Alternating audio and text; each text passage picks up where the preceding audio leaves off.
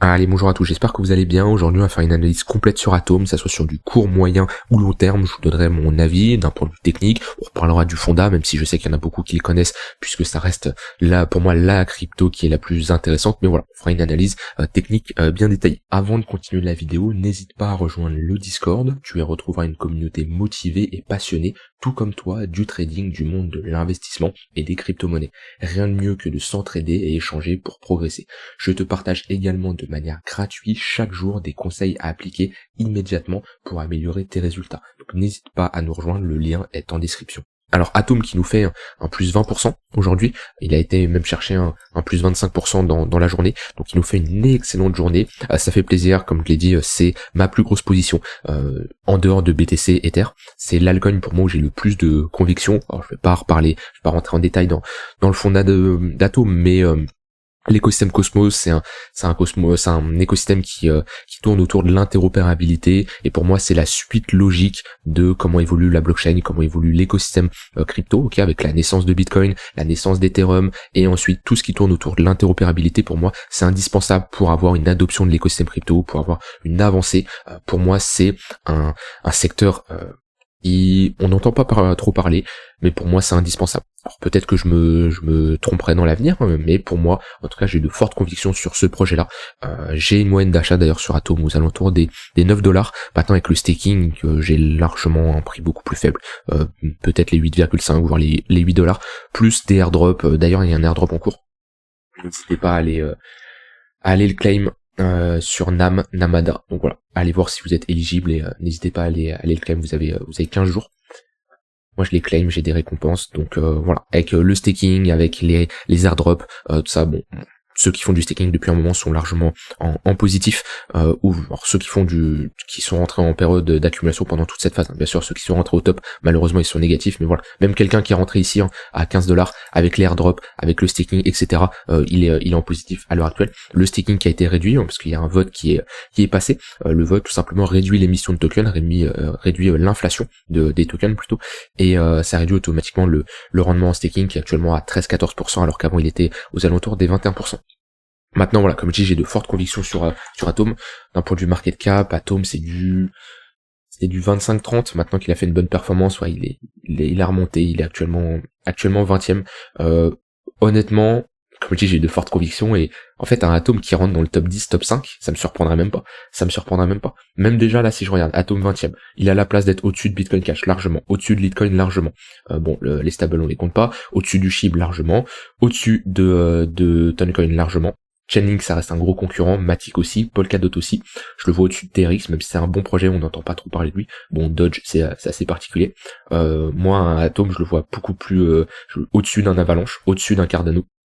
Après bon, Solana, XRP, BNB, on a quand même des gros concurrents, mais voilà, déjà ça laisse pas mal de place où techniquement Atom a la possibilité d'être, selon moi, dans le top 10 de CoinMarketCap. Donc on verra comment ça évolue. Maintenant on est vous avez eu le temps d'en accumuler pendant un moment. Je dis pas que c'est spécialement trop tard. Si je me mets d'un point de vue localisation, on va vraiment chercher à voir où on se situe d'un point de vue long terme. On est toujours sous notre zone de rechargement. Si je mets les 0,186, on a posé un bottom pile dessus, c'est un niveau clé, souvent très intéressant pour se positionner. On est revenu chercher une grosse zone d'accumulation, cette précédente zone de structure. On a tout simplement structuré une pattern de bottom ici, structure en W dans une plus grosse structure long terme. On est revenu faire un pullback aux alentours des $9.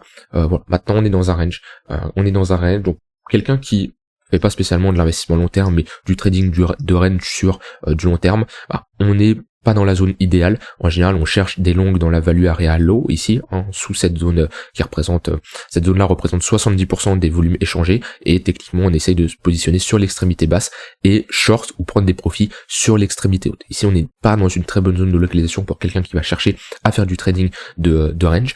Maintenant, d'un point de vue un peu plus long terme, avant de repasser au court terme, on est toujours dans des bonnes zones d'accumulation long terme, si vous avez de fortes convictions. Moi, comme je dis, pour moi, un Atom peut, lors du prochain cycle, se traiter à des prix beaucoup plus élevés que son ATH qu'il a fait à l'heure actuelle.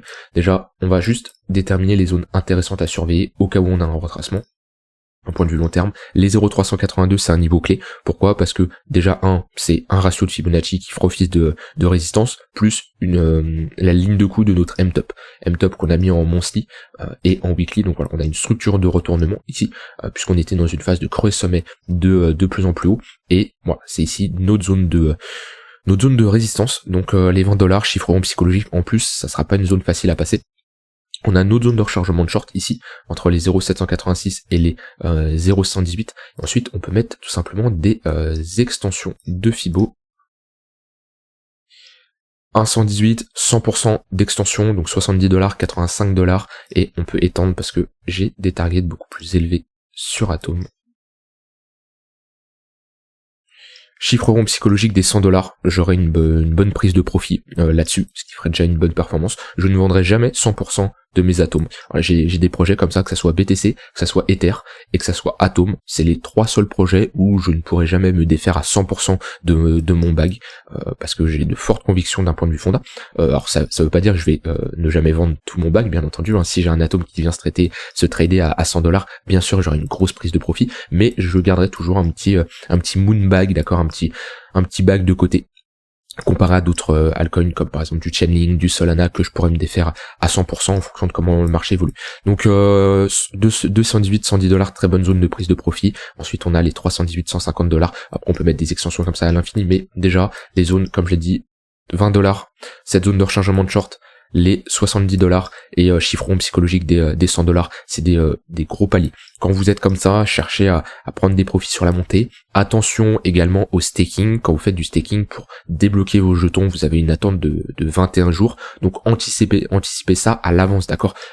Admettons, là on est dans ce bull market ici.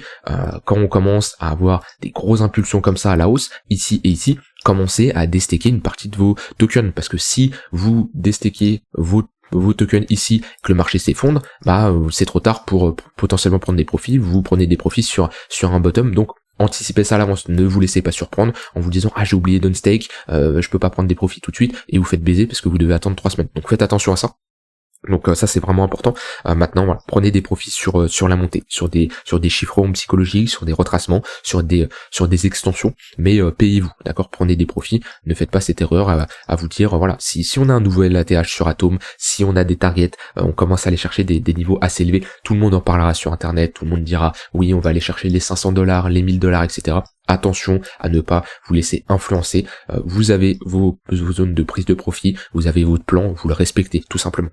Voilà, ça c'est Atom pour du court terme, enfin pour du long terme plutôt. Maintenant on va aller check sur du court terme. On a ici une tendance qui est bien mise en place. On voit qu'on était dans une phase de creux sommet de plus en plus bas. De toute façon on peut mettre les moyennes mobiles pour voir ça. Voilà, on avait un tunnel 1 heure qui était sous le 4 heures. Hop, on va passer en 4 heures, on verra encore mieux. Voilà, on voit que à partir du moment où on a un cross du tunnel 1 heure sous le 4 heures, que le 4 heures fait office de résistance, que le 1 heure n'arrive pas à cross le 4 heures à la hausse, voilà, office de résistance, tac, tendance baissière, dès qu'on commence à avoir un cross de nos moyennes mobiles, qu'on break des précédentes zones de résistance, qu'on break et qu'on fait des pullbacks parfaitement. Voilà, ici on voit qu'on break, on fait un pullback, confluence, zone de résistance qui fait office de support plus tunnel 1 heure, et là on a une bonne tendance qui est haussière. On voit dans une tendance haussière un moyenne mobile court terme, 1 heure qui fait office de support. Le 1 heure qui casse, la prochaine zone qui fera office de support, ça sera le 4 heures. Là on avait également une bonne confluence. Pour moi ici on est toujours dans une dynamique haussière. On a un fort momentum sur du court terme ici. Voilà, on voit que pour le moment on a une divergence potentielle, celle-ci n'est pas validée, et au vu du flux qu'on est en train de mettre en place en daily, ça m'étonnerait pas de break ce niveau-là sur le MACD. En 4 heures, on voit qu'on a un net flux haussier. Pour le moment, la dynamique est clairement haussière. Alors c'est pas une zone où on va venir long le marché sur du swing, c'est trop tard, on se positionne pas après un 20% sur du swing, mais si on a un retracement déjà pour de l'intraday au niveau de notre tunnel 15 minutes, au niveau de notre tunnel 1 heure, alors si par exemple on revient chercher cette précédente zone de résistance qui sera en confluence avec notre tunnel 15 minutes, si je mets un point pivot, on n'a pas de point pivot ici, mais bon, si on avait un peu plus haut une confluence, ça aurait été une bonne zone pour chercher des longues.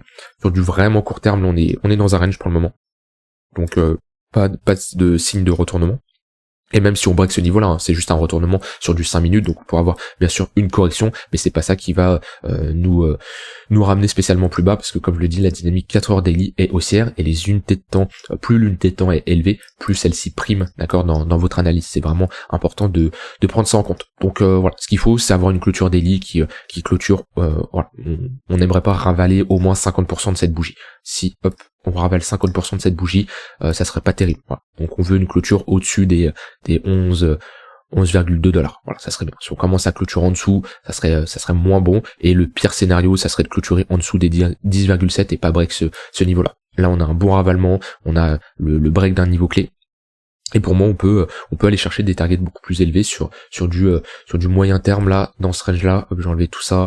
On a globalement, la prochaine target, c'est les 15 $, hein. C'est la prochaine résistance. Je vais mettre un Fibo, mais ça se voit que nos zones de rechargement est dedans.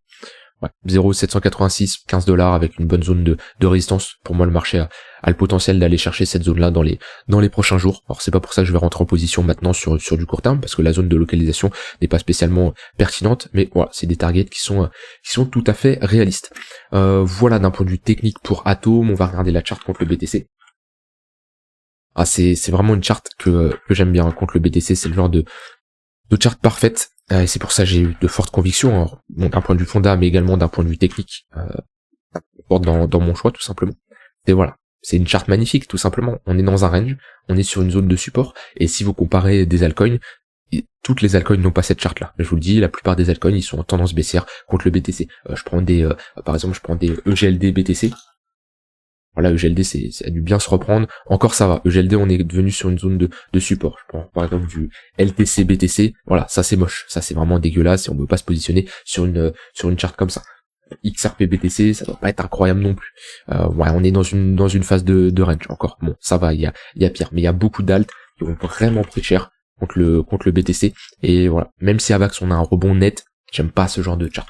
Atom, franchement, la charte elle est clean. On est dans un range, on est dans un gros niveau de support. Si on break ce niveau-là, on valide une pattern de retournement, d'accord, une structure en W. Et c'est ce qu'on veut dans une zone d'accumulation, c'est exactement ce qu'on veut. Si je regarde la charte Atom ETH, ce qu'on a, la charte est un peu moins encourageante. Vu qu'on a quand même break, maintenant on a quand même une réintégration.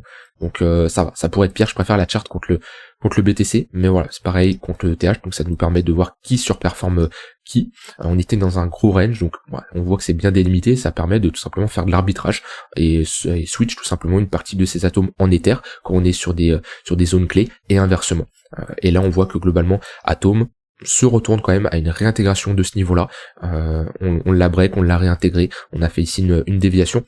Ce qu'il faudrait, c'est voilà, clôturer au-dessus de ce niveau-là. Ouais, même au-dessus de ce niveau-là, ça serait bien avoir une clôture nette et maintenir ce niveau-là qui fasse office de support. Et si c'est le cas, retour milieu de range, voire haut de range, ce qui nous montrera tout simplement que l'atome est prêt à surperformer le BTC et également Ether. Donc les charts est pas mal, les charts sont pas mal. Que ça soit contre le SDT, contre le BTC, contre Ether. On peut regarder également d'un point de vue order flow. Je ne fais pas ça souvent sur les altcoins, mais ça peut être intéressant sur du court terme, voir ce qui se passe. On a un funding négatif. Ça, c'est extrêmement intéressant. Et c'est bien d'avoir une hausse avec un funding négatif. C'est-à-dire qu'il y a du monde qui short. Il y a du monde qui short ce marché-là. Et ouais, c'est pas mal d'avoir un funding négatif. En général, quand on a des gros pumps, on a un funding qui est plutôt positif parce que les gens, ils FOMO long, tout simplement.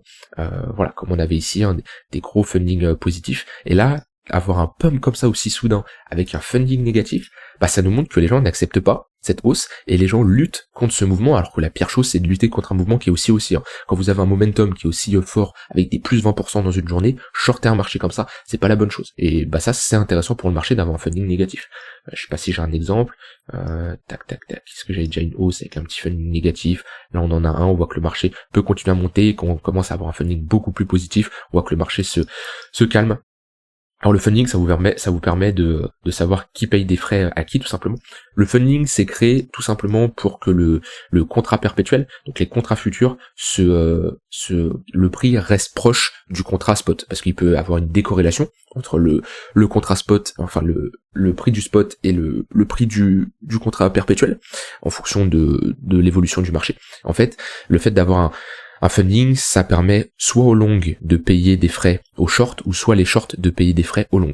Et ça permet de coller ce prix perpétuel au contrat spot. Admettons qu'on a une décorrélation qui est énorme, c'est-à-dire que le contrat perp est beaucoup plus élevé au niveau du prix que le contrat spot, et ben on va avoir des frais de funding très positifs, c'est-à-dire que les longs vont payer des frais aux shorts, et on fait ça pour décourager un peu les longs d'acheter, les traders d'acheter tout simplement, pour on va dire raccrocher cette corrélation entre le contrat perpétuel et le contrat spot. Voilà, ça c'est pour votre information. Du coup, en théorie, quand on voit un funding qui est négatif, c'est que tout simplement les shorters payent des frais aux longs.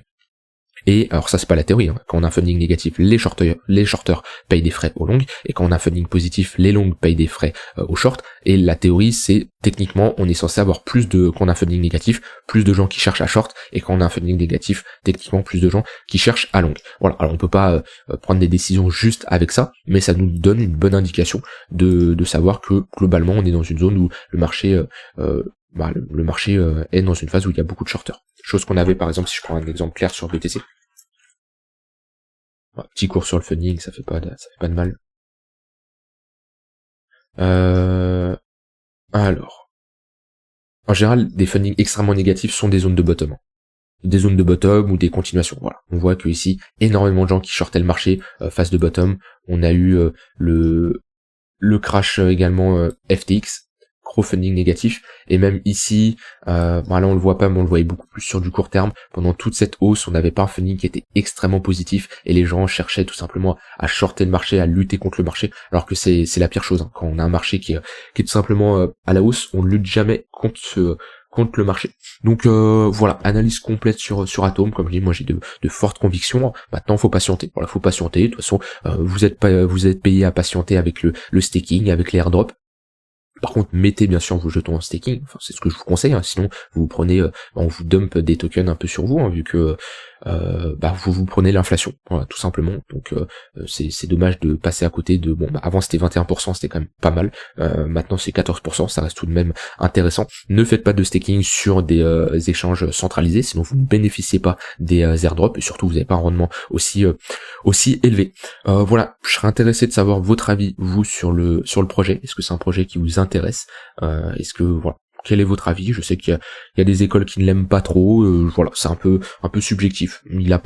Atom a une bonne communauté quand même, avec des gens, j'estime, très intelligents. On n'a pas en fait, les personnes qui s'intéressent à Atom sont des gens quand même qui ont de l'expérience dans l'écosystème, puisque c'est quand même un projet assez technique à comprendre, et ça va pas être des Dogecoin ou autres, où il y a un peu une fanbase, pardon, mais qui, voilà, c'est un peu, voilà, vous voyez ce que je veux dire. Voilà, Cosmos, j'estime les gens qui parlent de Cosmos en général, qui font des vidéos dessus, qui rentrent dans les détails, ça reste des gens assez compétents, et il a une bonne communauté, des gens assez soudés, des gens très intelligents et très pertinents en général. Et voilà, c'est une bonne communauté en tout cas, Atom, même si le côté marketing communication du projet n'est pas incroyable, et c'est vrai que ça peut manquer. C'est important aujourd'hui, des projets qui ont un bon service marketing, qui jouent beaucoup sur la com, ça peut clairement impacter le prix fortement à la hausse. Donc voilà, c'est ce qui manque un peu sur Atom, mais on verra comment ça évolue en fonction de la suite. J'ai même pas parlé de Atom One qui arrive, qui serait un fork tout simplement de la blockchain principale. Mais ça, si c'est pour faire, enfin, j'ai pas assez d'informations, j'attends de voir comment ça évolue, mais si c'est pour avoir un Ethereum classique, donc c'est tout simplement un fork d'Ether, j'en vois pas trop l'utilité. Mais on verra si ça donne des opportunités d'avoir des airdrops ou pas. Faut se tenir informé. Voilà, je vous souhaite une très bonne fin de journée. Si vous avez des questions, n'hésitez pas, rejoignez le Discord, et on se retrouve demain pour une prochaine vidéo. Bye bye.